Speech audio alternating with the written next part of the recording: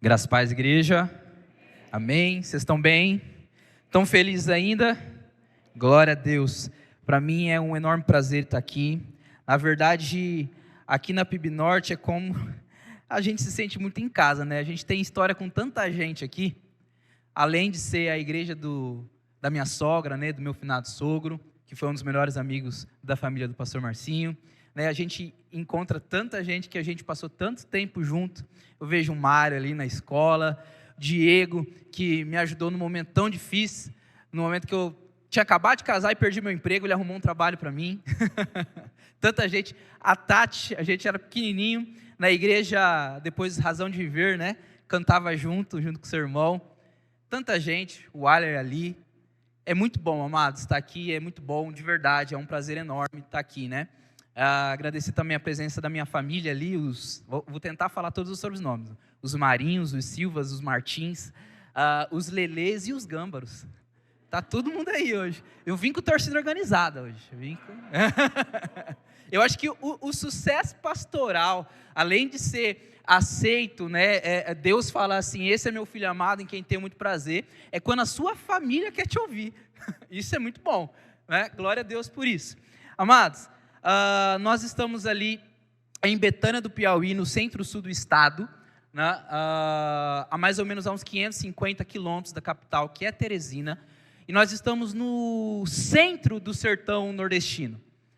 Vai fazer 9 anos que nós moramos no sertão nordestino, fomos enviados, né, pela nossa igreja local. Hoje nós não estamos mais fazendo parte dela, porque ela também não existe, mas na época foi um grande desafio, porque nós nunca havíamos nem viajado de avião, né? E Deus nos enviou para um lugar onde a gente nunca imaginou estar.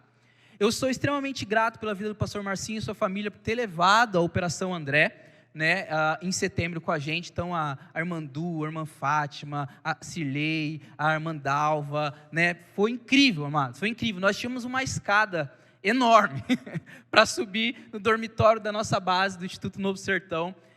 E queridos, o mais novo pastor tinha uns 50 anos. Era o senhor, né?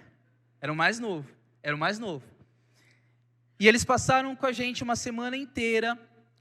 E eles são testemunhos, né? Nós testemunhamos da vida deles para outras pessoas que chegaram pós a Operação André, porque eles não reclamaram em nenhum momento do calor, da dificuldade, né? Eles já são avançados em idades, e nós recebemos só entre nós aqui, nós recebemos uma equipe que o mais velho tinha 25 anos, por aí.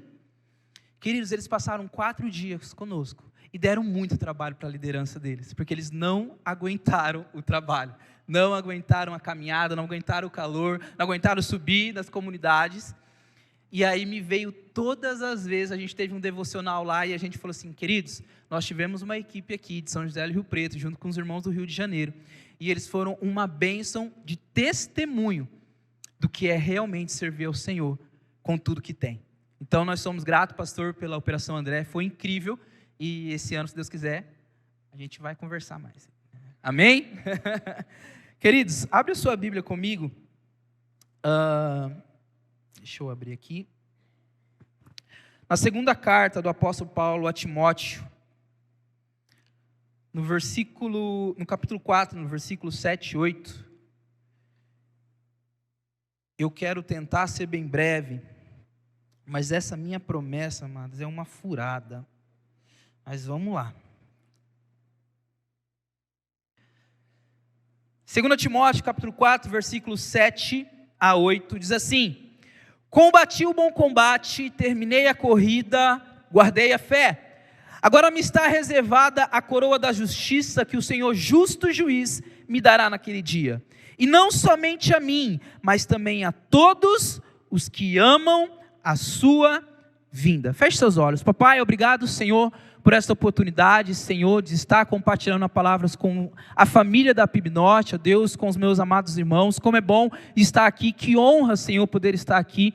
Eu te agradeço, ó Deus, porque o Senhor tem feito grandes coisas no nosso meio e vai continuar fazendo, papai. Esse ano que se inicia, no ano de 2024, Senhor, nós já entregamos nas tuas mãos, ó Deus, e sabemos que o Senhor tem coisas maravilhosas, ó Deus, para esse lugar, Pai. Deus, que em nome de Jesus o Senhor venha abrir a nossa mente, abrir o nosso entendimento, para que a gente possa compreender qual é a boa, perfeita e agradável vontade que vem de Ti, Senhor. Que eu não venha falar aquilo, Senhor, que saia da minha boca, que é aquilo que nós queremos ouvir, mas que o Senhor fale conosco, ó Deus, aquilo que o Senhor quer falar, e não necessariamente o que nós queremos ouvir, ó Deus. Fica conosco, e que todo louvor, e toda honra, e toda glória seja dado a Ti, em nome de Jesus. A igreja diz...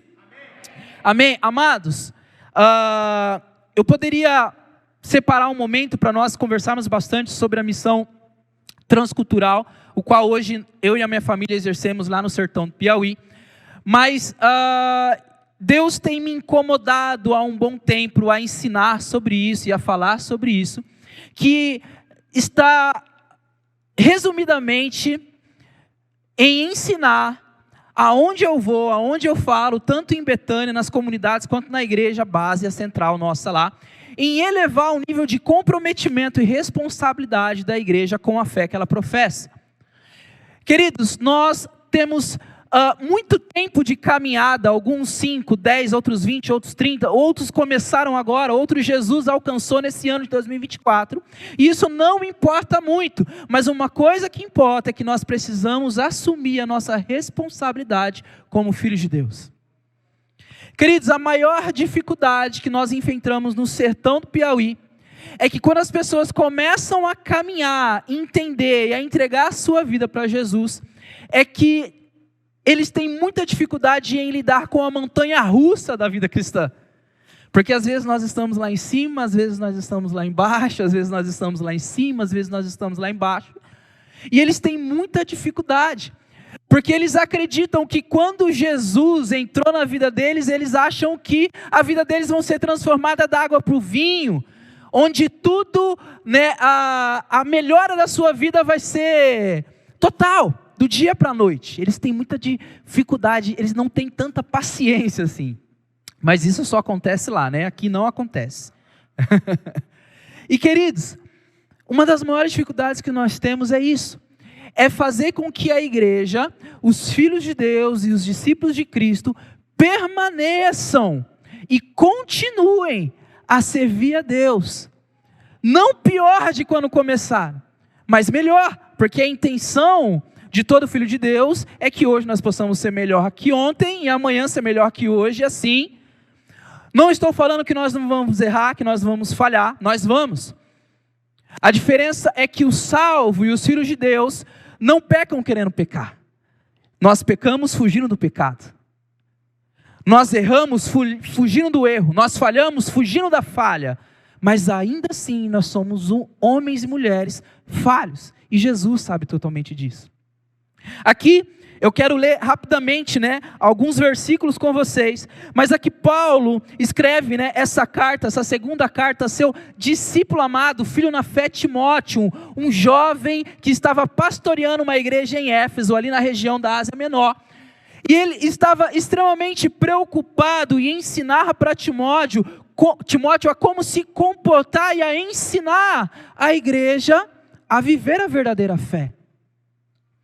Pedro, nas suas cartas, também está extremamente preocupado em ensinar a igreja, em falar em como que a gente testemunha, porque nosso testemunho não tem como ser feito apenas aqui dentro da igreja, mas o principal é fora daqui.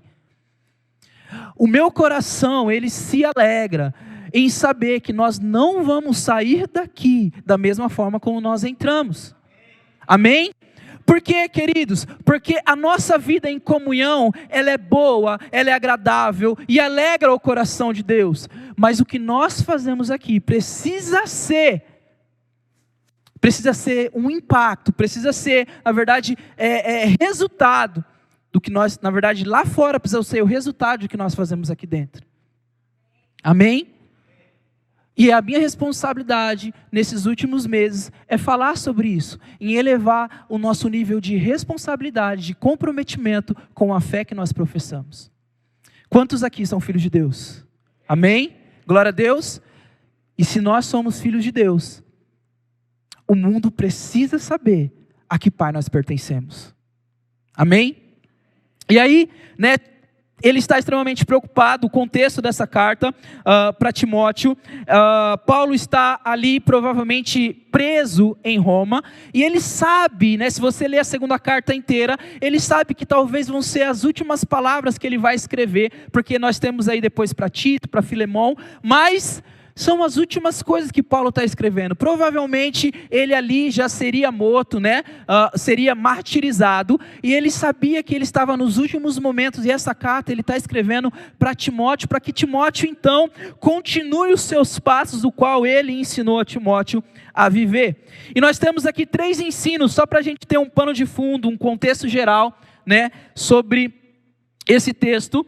É que o primeiro ensino que Paulo está dando para Timóteo é que Timóteo precisa entender e aceitar o chamado o qual está recebendo, ou seja, aceitar a vocação o qual Deus entregou para ele, porque Timóteo era às vezes, por vezes assim, medroso, inseguro, e Paulo está preocupado, fala: Timóteo, não é mais hora de ficar inseguro, não é mais hora de ficar com medo, é hora de avançar, porque aquilo que Deus te entregou para você, e Ele precisa que você exerça. E às vezes, amados, eu vejo que muitas vezes nós ficamos meio assim quando Deus nos chama. Amados, eu nunca me preparei para estar no sertão do Piauí. Para alguns que me conhecem aqui, eu me preparei para ser jogador de basquete de São José do Rio Preto. Era o que eu amava. Jogava lá no Secone, no Alberto Secone, né? Joguei, né, pelo time da cidade, na minha idade, e eu amava, mesmo baixinho assim, amados, eu prometo para vocês que eu não era tão ruim. E era o meu sonho. E aí eu costumo dizer que parece que a Aniele se enganou comigo. Por quê? Porque quando Deus me pediu aquilo que eu amava, eu falei: amém, Pai, eu quero viver os teus sonhos, então eu entrego. E aí então eu me envolvi muito com a música, com a parte do louvor e adoração. E aí talvez a Aniele falou assim: bem, não casei com jogador de basquete, mas agora vou casar com músico e a gente vai viajar bastante. E aí também não foi bem assim. Quando Deus chamou a gente para estar no sertão, eu estava fazendo a faculdade de teologia, né, no CACP, e confesso que ninguém está preparado a sair da sua casa, a sair de perto da presença dos seus amigos, do seu pai, da sua igreja local. Mas uma coisa que nós entendemos é que não existe nada melhor do que obedecer a Deus. Queridos, o que eu vivo hoje no sertão do Piauí, eu tenho certeza que eu sou muito, mas muito mais feliz fazendo o que eu faço, do que se eu estivesse fazendo aquilo que eu achava que era o melhor para mim. Criar os meus filhos no meio do sertão nordestino, com a cultura nordestina, com a cultura sertaneja, com tudo aquilo que Deus tem feito naquele lugar, não tem nada que pague isso. Eles vão ter as escolhas deles lá na frente, eles vão escolher o que eles quiserem, né? Falaram que querem ser missionário também, mas se eles escolherem outras coisas, nós vivemos uma vida de obediência a Deus, e isso eles nunca vão poder falar. E nós temos essa dificuldade, Timóteo tinha, em aceitar o chamado e a vocação. E por vezes eu me vi assim, e às vezes você também se vê assim. Mas, amados, é Deus quem capacita, é Deus quem chama e é Deus quem faz. Nós somos apenas instrumentos nas suas mãos, amém? Segunda coisa que ele ensina é que ele precisava lidar com os falsos ensinos e os falsos mestres. Naquele tempo, muitos falsos mestres dentro da igreja de Éfeso estavam ensinando um tanto errado sobre a ressurreição e tantas outras coisas. E ele vai lidar com isso através dessa carta. E a terceira coisa é sobre o testemunho pessoal. Ele fala para vigiar em todas as coisas, né? Ele fala assim, vocês precisam vigiar, cuidar, testemunhar. Porque assim como eu falei, não importa somente aquilo que nós fazemos aqui dentro da igreja, mas o principal que nós fazemos do lado de fora. Porque testemunhar para quem tem a mesma fé e ser amigo, ser amável com aquele que professa a mesma fé é fácil. Mas para aqueles que não professam, não conhecem a Deus, ou para os nossos líderes, né, patrões e tudo isso, às vezes não é. Mas nós precisamos dar testemunho, e o testemunho é de tudo, querido. Amados, 3 coisas que Deus não pode fazer por nós. 3 coisas. Você acredita nisso que Deus não pode fazer por nós? 3 coisas. A primeira coisa é que Deus não pode cuidar da nossa saúde se a gente não cuidar dela. Deus não pode colocar um tênis no pé e correr pela gente. Deus não pode pagar uma academia e treinar pela gente. Deus não pode colocar um prato de salada no nosso prato, né? Recheado de salada para que a gente se alimente melhor. Não posso, são responsabilidade nossa. Deus não pode, queridos, cuidar do nosso relacionamento com a nossa própria família se a gente não assume o nosso papel e a nossa responsabilidade. Se eu não amo a minha esposa, que testemunho que eu vou dar? Se eu não amo os meus filhos ou não cuido deles, que testemunho que eu vou dar? Deus não pode fazer isso, ainda que nós peçamos, Ele abençoa a família, cuida da família de um modo geral, mas Ele cuida da família que é entregue a Ele. Amém? Ele não pode, queridos. Você que é homem aqui, né? E você que é mulher também, mas vamos puxar um pouco da responsabilidade para o homem. Você que é pai, você que é esposo, Deus não pode cuidar do teu relacionamento com a tua esposa. Nós precisamos amá-la, assim como Jesus amou a igreja. E como Jesus amou a igreja? Se entregando por ela, morrendo por ela. Nós não somos perfeitos, mas estamos sendo aperfeiçoados, buscando cada dia ser melhor. Terceira coisa, queridos, que Deus não pode fazer por nós, e salva as vezes que Ele fez isso, é cuidar do nosso relacionamento com Ele. É responsabilidade nossa. Meu tio, pastor Batista também, Márcio Valério, nós fomos, né, fizemos muito tempo parte da igreja dele. E uma coisa que ele falava que me marca muito hoje, até os dias de hoje, é que ele falava assim, o nosso relacionamento com Deus é através da oração, né? De tantas outras formas, mas principalmente por causa da oração. E ele sempre falava assim, muita oração, muito poder. Pouca oração, pouco poder. Nenhuma oração, nenhum poder. Como nós vamos nos relacionar com Deus, que é Espírito, se a oração que faz isso, que nos ajuda a se relacionar com eles, nós negligenciamos também. Então Deus não pode cuidar do nosso relacionamento com Ele, salvo as vezes que Ele fez isso, quando Ele chamou Abraão, Ele encontrou Abraão. Opa, Abraão. Ele chamou, encontrou Maria, viu nela, mulher boa, serva, fiel, é aqui onde vou fazer o projeto de Jesus acontecer. Foi salvo as vezes que Deus fez isso. Porque Ele tinha um plano e um propósito para isso. Mas é nossa responsabilidade se relacionar com Ele. Então, quando nós buscamos a Ele, mais dele nós temos. Se nós não buscamos a Ele, menos dele nós temos. Amém? E esse é o contexto geral. E agora eu prometo que eu vou prosseguir e acelerar um pouquinho aqui.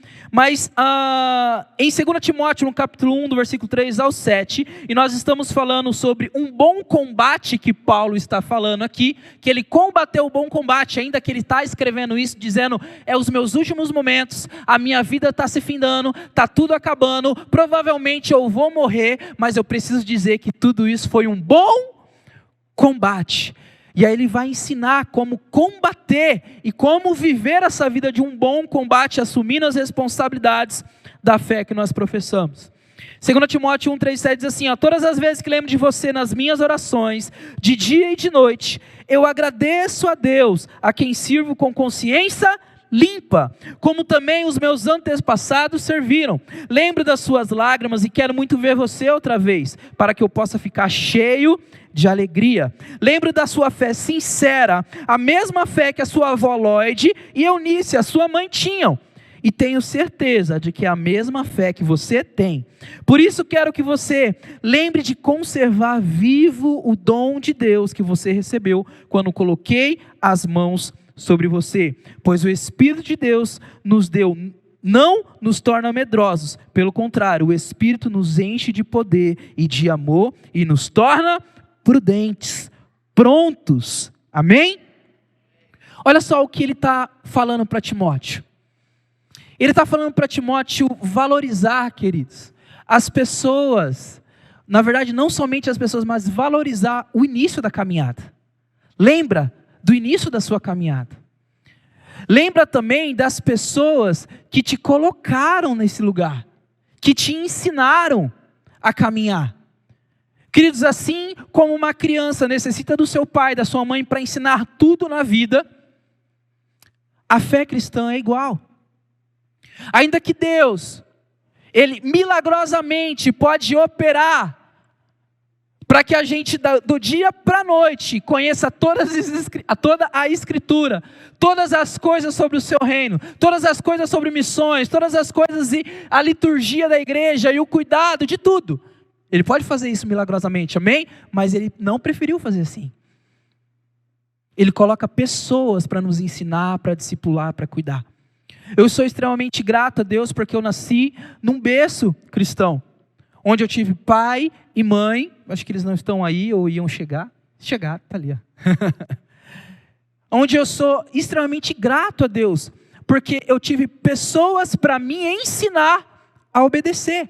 Ele está falando para Timóteo, eu lembro da tua avó Lloyd, da tua mãe Eunice, que te colocaram no caminho, e o mesmo sentimento de amor, sabe, o mesmo sentimento de alegria, o mesmo sentimento de comprometimento e responsabilidade que elas tinham, você precisa ter, porque ninguém caminha sozinho, ou como diziam os meus pais, andorinha sozinha não faz verão. É bem velho, né? Não faz, queridos. Ninguém nasceu para viver sozinho, ninguém nasceu para estar sozinho. Por isso que nós somos chamados da família de Deus.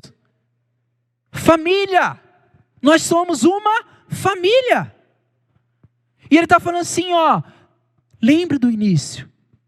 Se a gente voltar para o Antigo Testamento, a gente vai lembrar de Jeremias, daquilo que ele escreve. No momento, sabe, de exílio, de escravidão, ele fala assim, traga à minha memória aquilo que me dá esperança. Porque assim como eu falei, nós estamos assim por vezes, né? Às vezes nós estamos lá em cima bem, e cheio da presença de Deus, de ousadia, e nós lemos, e nós oramos, e nós falamos, e nós comunhamos, e daqui a pouco nós estamos mal. Porque, queridos, nem todos os dias vão ser iguais. Tem dia que para alguns o sol está estralando, o céu está brilhoso, mas para alguns é dia de trevas, é escuridão. E como que a gente explica isso? Mas a verdade é que nós não precisamos explicar, nós precisamos permanecer. Precisamos tomar um posicionamento e falar assim, eu sei a quem eu sirvo, eu sei a quem eu pertenço e eu vou permanecer. E aí ele continua. Então a primeira coisa que Paulo está preocupado em ensinar aqui Timóteo, na relação do bom combate, é que nós precisamos valorizar o início da nossa caminhada. Talvez está vendo aí na sua mente como tudo começou. Caramba, olha só o que Deus fez. Às vezes nós somos tão incrédulos, queridos, com Deus. Nós acreditamos que Ele, através de um homem, abriu um mar no meio. Nós acreditamos, e acreditamos de verdade, né? Acreditamos que Ele fez um grande peixe engolir um profeta. Nós acreditamos que Ele fez fogo descer do céu. Nós acreditamos que Ele operou milagres através de Jesus, não somente Jesus, mas os discípulos dele. Nós acreditamos em tudo isso. E quando nós deparamos com uma dificuldade, nós não acreditamos que Ele pode fazer de novo. Sendo que Ele é o mesmo Deus ontem, hoje e vai continuar para sempre. Então valorize o início e lembre dele, para que isso te fortaleça na caminhada. E por consequência, né, a segunda coisa que ele nos ensina, é que nós também precisamos aprender a valorizar o processo e não somente o resultado final. Porque um combate, meus queridos, tem começo, meio e fim. Em 2 Timóteo, no capítulo 2, versículo 11 ao 13, ele diz o seguinte: sou confortado com o seguinte ensino verdadeiro. Quando morremos por Cristo, isso apenas quer dizer que viveremos com Ele. E se continuarmos a suportar o sofrimento com paciência, lembre-se de que algum dia iremos governar com Ele. Entretanto, se desistirmos e o negarmos, então Ele também nos negará. Mesmo quando formos infiéis, Ele continua fiel para conosco, pois não pode negar a si mesmo. Queridos, Paulo, nesse exato momento, na carta de Timóteo, ele está ensinando para Timóteo de como seguir a Jesus, de como que é um processo em seguir a Jesus. Se você ler aí alguns versículos para trás, você vai ver que Paulo está ensinando Timóteo que a fé cristã e servir a Jesus é como um soldado numa guerra. Um soldado que se comporta obediente a tudo o que o seu capitão lhe ensinar. Tudo aquilo que o seu capitão fala, ele faz. Ele é extremamente obediente e ele faz. E a nossa vida, queridos, é como ser um soldado. Tem dias que lutamos menos, tem dias que lutamos mais. Mas uma coisa que o pastor Marcinho e a todos aqueles que são pastores aqui, que exercem liderança, seja ministério infantil, de jovens, adolescentes ou os adultos, eu tenho certeza que eles nunca ensinaram que no dia que vocês aceitassem a Jesus, vocês nunca mais teriam problema. Queridos, às vezes parece até que o parafuso aperta até mais um pouquinho. Só que a diferença é que agora nós sabemos a quem servimos e sabemos a quem pertencemos. Amém? Então, nossa vida é cheia de luta, cheia de guerra. Cheias de luta e cheia de guerra. Ele vai ensinar que a nossa vida também, a nossa fé e a nossa caminhada em seguir a Jesus é como um atleta. Que ele se prepara, que ele treina para cada vez ficar melhor naquilo que faz. Ele fala assim, um atleta, ele não é aquele que começa um esporte e ele já é perfeito no que ele faz. Boa parte de todos os atletas, em qualquer categoria que você pensar, eles iniciaram cedo e foram melhorando cada vez mais e mais. Quantas Olimpíadas nós assistimos e nós vemos aí atletas que perderam num ano e depois de 4 anos ficaram em terceiro lugar e depois de 4 anos ficaram em segundo lugar e depois de 4 anos venceram. Porque, queridos, ninguém nasce pronto, nós passamos por um processo e nós precisamos aprender a passar por ele. Eu não sei o processo que você está, mas de uma coisa eu sei. Se for deserto, amados, se você seguir em linha reta, o deserto passa. Qualquer lugar passa. Então, assim como um atleta, e olha só, um atleta, ele participa das disputas com as regras que lhe é imposta. Não é de qualquer jeito. Tem regras. E não é de qualquer forma, e a vida cristã é assim, amados. Tem regras. Eu não posso achar que eu posso viver de qualquer forma, fazer o que eu quiser, porque não é assim. Por isso eu estou falando sobre elevar o nosso nível de comprometimento e responsabilidade com a fé. Porque só assim nós vamos comprovar, não porque nós precisamos mostrar para o mundo, mas porque o mundo precisa ver a qual Pai nós pertencemos, a que fé nós seguimos e o que nós estamos fazendo. Porque a honra não é nossa, não tem nada a ver com a gente, a honra e a glória é dele, somente dele. E ele poderia sim aparecer aqui grandão, bonitão aqui. Você acha que todo mundo acreditaria nele? Queridos, ele está falando o seguinte, nós precisamos aprender a passar pelos processos, entender que tem dia que nós estamos bem, tem dia que nós estamos maus, mas no dia que nós estamos bem, nós somos aptos a ajudar, nós no dia que estamos maus, estamos aptos a receber ajuda. Porque ninguém vive sozinho. E o terceiro, ele fala que é como um agricultor, que ele entende as estações. Lá em Betânia do Piauí, é muito difícil para chuva. O sertão é muito difícil para chuva. A primeiro ano que nós passamos lá em 2015, vai fazer 9 anos que nós estamos lá, nós ficamos 11 meses sem chuva. É muito tempo. É muito seco. O pastor pegou uma época de seca também, né, pastor, agora que foi. Depois de umas 2 semanas nós tivemos aí uma chuva, depois ficou bastante tempo sem, agora que começou a chover. E lá, o trabalho deles ainda é a agricultura. E a criação de ovelhas, né, a criação de bode, é o que eles sobrevivem. Só que a maior parte de sobrevivência deles é por aquilo que eles plantam. Agora imagina, você ter uma terra maravilhosa, porque lá o que você plantar nasce, a terra é extremamente boa, mas você não tem chuva para molhar a terra. Então eles têm que começar a trabalhar de outra forma, se ajudar de outra forma, mas eles entendem a estação que eles precisam plantar. Normalmente é final de novembro até o finalzinho de fevereiro, começo de março. A gente tem um pouco de chuva. Não é uma chuva, né, de passar todos os dias chovendo. Chove um dia na semana, passa 2 dias, chove mais um pouquinho. Só que isso já é ótimo para a plantação que vai acontecer. E aí ele está falando tanto em relação, né, ao agricultor, amados, a gente ser como um agricultor e entender, né, que a gente precisa entender as estações, entender, amados, que nós precisamos passar por esse processo. Às vezes lá o que acontece, eles plantam, sabe, na primeira chuva, e às vezes todo mundo fala assim, ó, cara, não planta na primeira chuva não, e aí tem gente falando, não, na primeira chuva eu vou plantar, porque eu sei que vai vir com tudo. E às vezes não vem, planta na primeira chuva, aí planta o milho, o feijão, e não nasce nada, morre tudo, porque a primeira chuva não é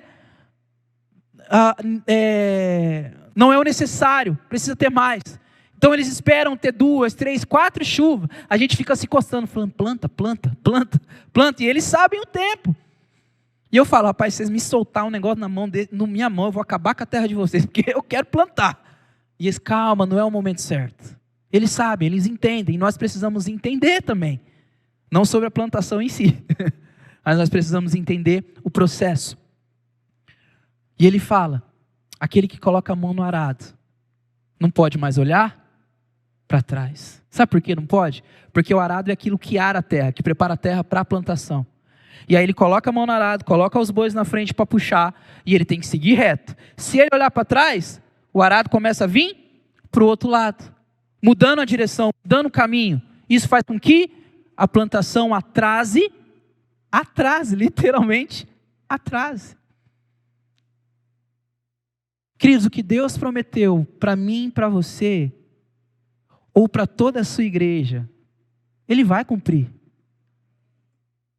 Mas às vezes somos nós que atrasamos o processo das coisas. Por quê? Porque olhamos para trás. Quando nós estávamos indo para o sertão, alguns meses antes, um amigo meu, ele trabalhava com uma corretora de casa, né, de vender casas, tudo. E eu lembro que ele facilitou o processo, porque ele trabalhava na Caixa Econômica, e ele facilitou o processo que para antes que eu e a Aniele viajasse para o sertão, ele falou, cara, vamos comprar a casa, vai dar certo de vocês terem uma casa pelo menos aqui em Rio Preto. E eu falei, com certeza, uma casa, né? Quem não quer uma casa?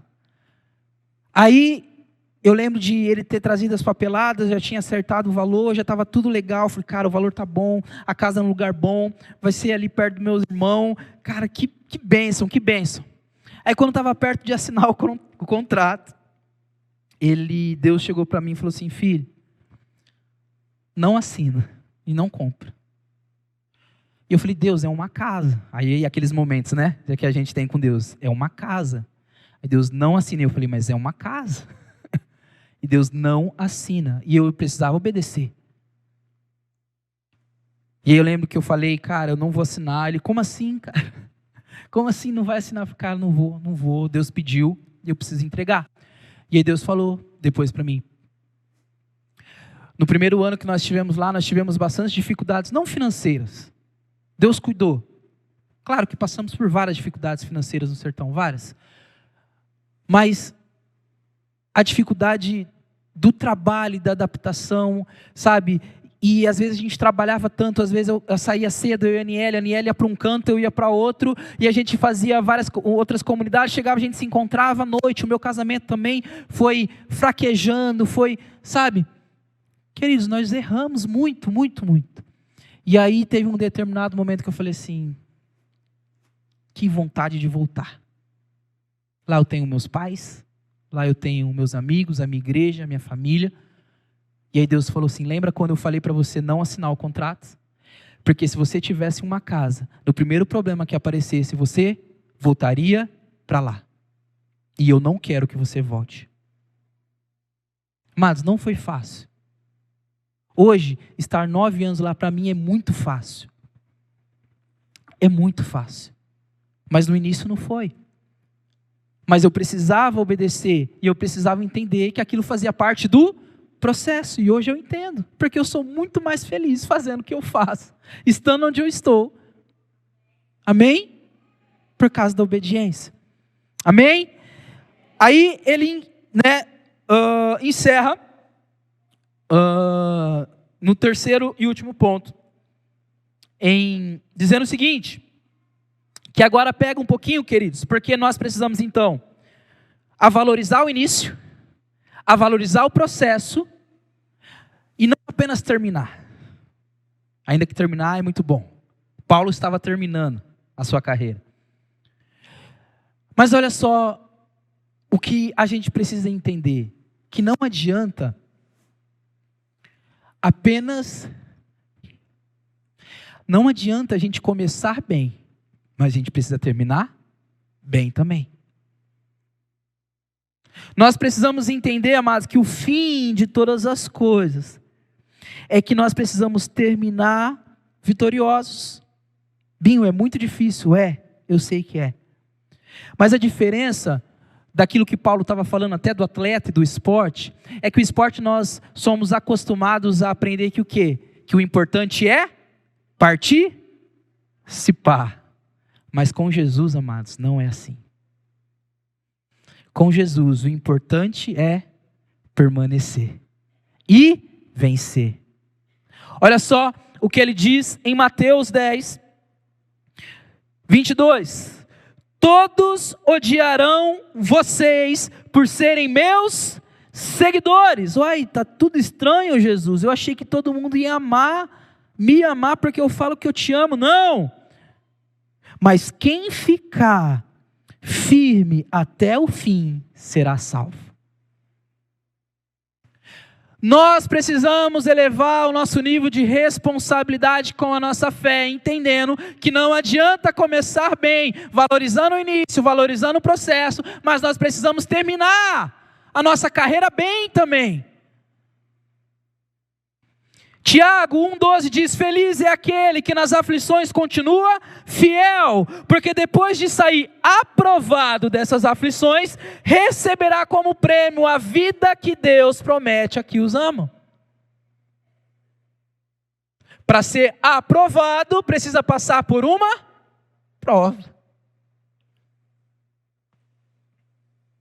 Eu amo esse texto de Apocalipse 2, versículo 26 ao 28 diz, aos que conseguirem a vitória e continuarem a fazer até o fim a minha vontade, eu darei a mesma autoridade que eu recebi do meu Pai, autoridade sobre as nações para governá-las como barra de ferro e quebrá-las em pedaços como se fosse potes de barro. Eu lhes darei a estrela da manhã, que é Ele mesmo. Agora ele não está falando assim, se você viveu uma vida mal menos, se você viveu uma vida, razoavelmente bem, já está tudo tranquilo, porque você já vai receber. Não, ele está falando aquele que vencer, aquele que permanecer, aquele que aguentar, aquele que por meio do sofrimento entende a quem pertence e diz não para o mundo, que diz não. Nós temos facilidade de dizer muito não para muita coisa que é boa, mas para aquilo que Deus quer que a gente fale não, a gente às vezes fala sim. E ele está dizendo o seguinte, não adianta começar bem se não terminar bem também. Hoje à tarde eu fiz uma loucura, amados, eu fui assistir no Netflix aquela série dos capitões da seleção. E aí foi bem no episódio da seleção brasileira. Machucou, doeu. Porque a Aniele estava vendo e falou assim, tira daí. É ruim assistir. Por quê? Porque a gente estava lá lembrando, Brasil, benzão na Copa, vai ganhar, tem tudo para o melhor time que tem. Aí chega na Croácia e leva um tropeço daquele feio, né? Feio, ou seja, começou bem, mas não terminou bem. Coisa fútil, falando sobre futebol. Bobeira. Mas a vida da fé, a vida daqueles que caminham na fé cristã é a mesma coisa. Nós não podemos achar que a vida com Deus e a vida do crente é apenas vir à igreja, sair da igreja, vir à igreja, sair da igreja, vir da igreja, sair da igreja. Não! A vida com Deus exige, ele fala o seguinte: as pessoas vão te odiar. Sabe o que eu entendo? O que Jesus nos ensina em João, quando ele está dizendo assim, ó, vocês agora são meus, porque ele me entregou vocês. E assim como eu sou a luz do mundo, vocês também serão a luz do mundo. Sabe o que eu entendo? Ele está dizendo o seguinte, é que as pessoas vão ter dois momentos na vida. Ou elas vão te odiar por aquilo que você prega, acredita e vive, ou elas vão querer aquilo que vocês têm. Quem nós seremos? E Paulo está tão preocupado com Timóteo, e Paulo está num momento tão complicado, queridos. Ele diz o seguinte, ó, sabe, vem ter comigo um tempo. Eu já mandei Titico para ficar aí com vocês, em Éfeso, já mandei ele, agora vem para cá, traz para mim uma capa, sabe por quê? Porque nos últimos momentos de Paulo, o maior missionário do Novo Testamento, o maior plantador de igreja no Novo Testamento, ele está encerrando a sua vida preso, com frio, porque ele fala assim, ó, traz de Troade a minha capa que eu esqueci lá. Ele está se sentindo sozinho, porque ele diz que ó, traz também os meus livros. E preso, acusado injustamente. Eu estou falando, queridos, que a fé cristã não é um mar de rosas, mas sim, nós seremos acusados injustamente. E o que nós vamos falar? Nós continuaremos com a mão no arado, olhando para frente, ou nós vamos olhar para trás? Amados, hoje nós estamos inseridos no meio de dois povos, dos 5 povos minoritários. 5 povos minoritários menos evangelizados: ciganos, indígenas, janela amazônica ou ribeirinhos, os sertanejos e os quilombolas. Hoje eu exerço a presidência da Igreja Missionária do Sertão e o pastoreio de uma igreja quilombola, que em 2015, 2016 foi considerado a comunidade com menor IDH, Índice de Desenvolvimento Humano, de todo o Nordeste. A gente ia conversar com as pessoas, eles colocavam a mão no rosto porque tinham vontade. Alguns até nem queriam receber a gente. Por quê? Porque toda a cultura que eles tinham, o medo de perder as suas terras. Quilombolas, amados, a maioria deles são descendentes de escravos refugiados. E a gente chega lá branquinho, o que eles pensam que a gente vai fazer?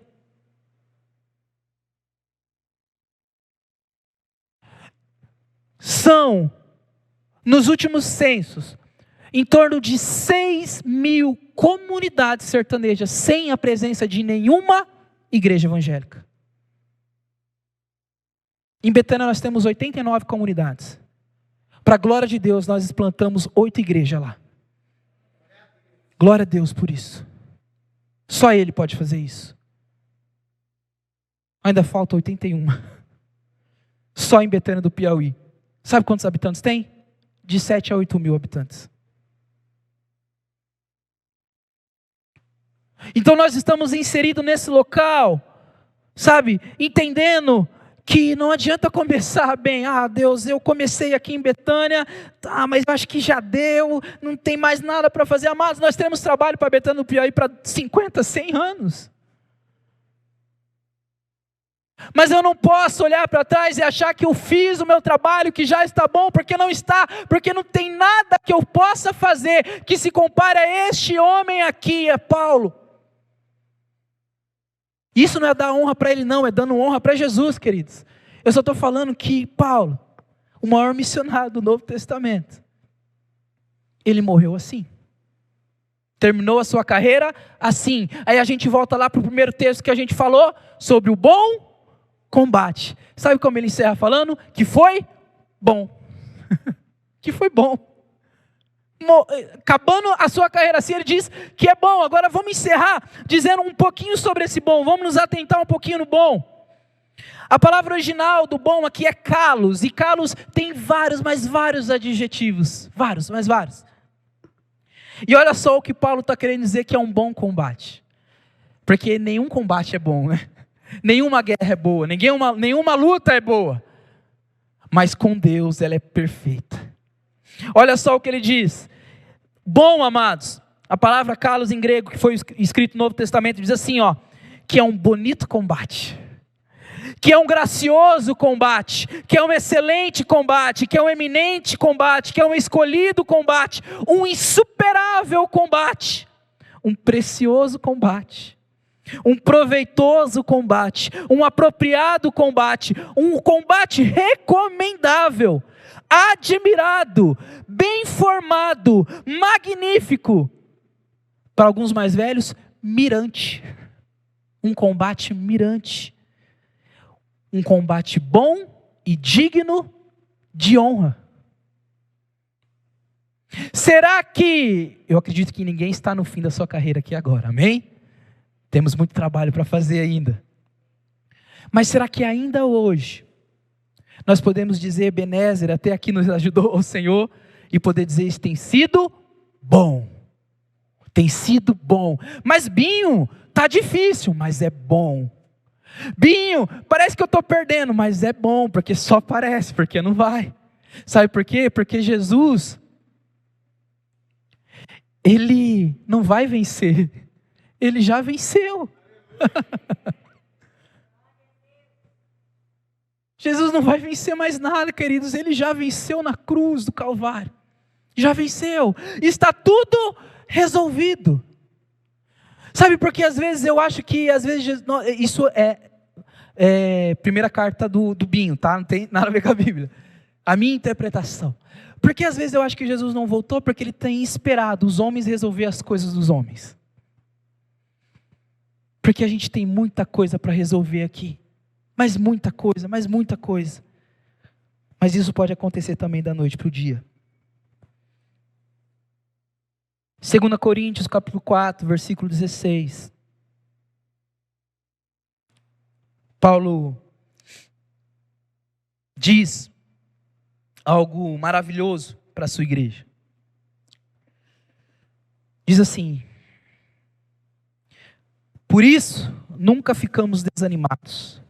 Mesmo que o nosso corpo vá se gastando, o nosso espírito vai se renovando dia após dia. E essa pequena e passageira aflição que sofremos, vai nos trazer uma glória enorme e eterna. Muito maior do que o sofrimento. Porque nós não prestamos atenção nas coisas que se veem, mas nas coisas que não se veem. Pois o que pode ser visto dura pouco tempo, mas o que não pode ser visto dura para sempre. Filipenses 1:6, pois eu estou certo de que Deus, que começou esse bom, e esse bom é o mesmo kalos que ele está dizendo aqui, bom trabalho na vida de vocês, vai continuá-lo até que ele esteja completo no dia de Jesus Cristo. Quantos aqui querem terminar bem aquilo que Deus tem chamado você para fazer? Amém? Agora, Paulo encerra a sua carta a Timóteo, pedindo todas essas coisas, e ele lembra, as pessoas me abandonaram. Lembra Demas, meu discípulo, amou esse século mais do que qualquer outra coisa, me abandonou. Mas ele diz algo, e ele diz para você e para mim, mas tu, porém, não me abandone. Tu, porém, permaneça. Mas vocês não. Vocês não. Tu, porém, Wallen, permaneça. Tu, porém, sabe, Marcelo, permaneça. Tu, porém, pastor, Pastor Márcio, permaneça, porque vocês não podem me abandonar, não me abandonem. É Paulo dizendo isso, mas agora é Jesus falando para nós. Muitos me abandonaram, muitos cuspiram em mim na cruz, muitos deram as costas, muitos não acreditam em mim, mas vocês não. Porque vocês me pertencem, porque foi o próprio Pai que me deu vocês, e eu não abro mão daqueles que Ele me deu. Então, o nível de responsabilidade, amados, o qual nós precisamos entender é isso, é que independente das coisas que nós vamos passar, e nós vamos passar, tá bom? Independente das dificuldades que nós vamos ter, porque nós vamos ter, Ele está dizendo, mas permaneçam, porque vocês não podem fazer isso. Permaneçam, continuem, não abandonem. Mas entenda que não é apenas vir e voltar, vir e voltar, vir e voltar. O nosso testemunho é muito mais que isso. Lá em Betânia do Piauí, 70% das pessoas não sabem ler e escrever. Vai adiantar eu dar uma Bíblia para eles? Quem precisa ser a Bíblia para eles? O meu testemunho de vida. Eles precisam ler Jesus em mim, eles precisam ler Jesus na minha esposa, nos meus filhos, nas atitudes que eles têm, para que eles possam falar assim, nós queremos o que vocês têm. E aí quando eles falam isso, meus amados, e quando eles entregam a vida de verdade, não tem nada que arranque eles, porque agora eles também pertencem a Jesus. 6.000 comunidades sem a presença de uma igreja evangélica. E eu estou falando de comunidades de 1.000, de 300, de 500, de 800 pessoas, de 2.000 pessoas. Sem ter nenhuma pessoa para falar assim, você conhece Jesus? Lá a gente tem uma história engraçada, né? Mas ao mesmo tempo assustadora. Lá quando a gente chegou, a gente estava fazendo um impacto, né? Junto com o Juliano. E aí a gente foi numa comunidade chamada Escondido. Se eu não me engano é Escondido, é um quilombo que foi um moído. Moído quer dizer dificuldade, tá? Não, as minhas palavras estão começando a ficar comigo, já era. Tá bom? Aí foi um moído danado lá. Por quê? Porque a gente queria entrar na comunidade e a líder da comunidade não queria deixar a gente entrar. E aí quando a gente conseguiu entrar, o pessoal falou assim, você conhece Jesus para as comunidades? Rapaz, Jesus? Conheço não, vê se está na próxima casa ali, às vezes é lá. É engraçado, né? Mas não é, porque é uma realidade. Isso, amados, eu estou falando da ausência de Jesus, não estou falando de nada da ausência das necessidades básicas. Eu estou falando de Jesus, do nosso comportamento, do nosso relacionamento com Ele, do nosso testemunho que vai fazer a diferença na vida de outras pessoas. E são nas pequenas coisas, mas Binho, eu não tenho essa vocação, ainda que Timóteo seja um pastor, e Paulo está escrevendo uma carta pastoral, porque assim é chamado, assim está recheado de conselhos, para que a igreja viva bem, para que a igreja viva o propósito, para que a igreja viva a vontade de Deus e não a nossa, porque a dele é boa. Às vezes a gente pensa que Deus está sentado num trono com a sua barba branca e sei lá, punindo e abençoando, punindo e abençoando. Não, amados, ainda que Deus é bom, e eu aprendi que Ele não é bonzinho, é diferente, Ele é justo, reto, santo, Ele vai ensinar o seguinte, sejam santos, assim como seu Deus é santo. E esse é um processo. E queridos, talvez a gente não veja agora, mas vai chegar o dia, quando o céu se abrir, a gente poder olhar para Ele, e Ele descer no seu cavalo branco, e Ele poder vir a essa terra, o qual as trombetas vão soar, e Ele vai nos levar. Se aqueles que acreditam que o céu vai subir, ou a terra vai descer, não estou falando sobre isso, mas eu estou falando que Ele vem, independente da forma como Ele vem de um lugar para onde Ele vai nos levar, onde não tem fome, não tem sede, não tem dor, não tem sofrimento, não tem ranger de dentes, onde nós reinaremos, estaremos com Ele todos os dias das nossas vidas, mas tu, porém, permanece até lá. Amém? Tu, porém, permanece até lá. E para encerrar, 1 Timóteo 6,12, voltando um livro atrás, ele diz o seguinte: lute o bom combate da fé, Apegue-se firmemente à vida eterna para a qual foi chamado, e que tão bem você declarou na presença de muitas testemunhas. Diante de Deus, que a todos dá vida, e de Cristo Jesus, que deu bom testemunho perante Pôncio Pilatos, encarrego de obedecer a esta ordem sem vacilar. Assim ninguém poderá acusá-lo de coisa alguma, desde agora até a volta de nosso Senhor Jesus Cristo. Amém? Que a gente possa começar bem e terminar bem. E quando nós sairmos daqui hoje, nós seremos pessoas totalmente, ou se não, não vai falar que 100% melhoradas, mas nós vamos entender que por muitas vezes nós não vamos sair com um sentimento de felicidade pela palavra que foi dada, mas um sentimento de tristeza com a gente mesmo, o qual a gente precisa entender que a gente precisa se arrepender de muita coisa, mudar muita coisa. Não acho que vai ser da noite para o dia. Se Ele quiser, Ele faz. Se Ele quiser, Ele faz. Mas queridos, permaneça. Sabe o que quer dizer permanecer? Ficar, plantar os pés, estar parado nele,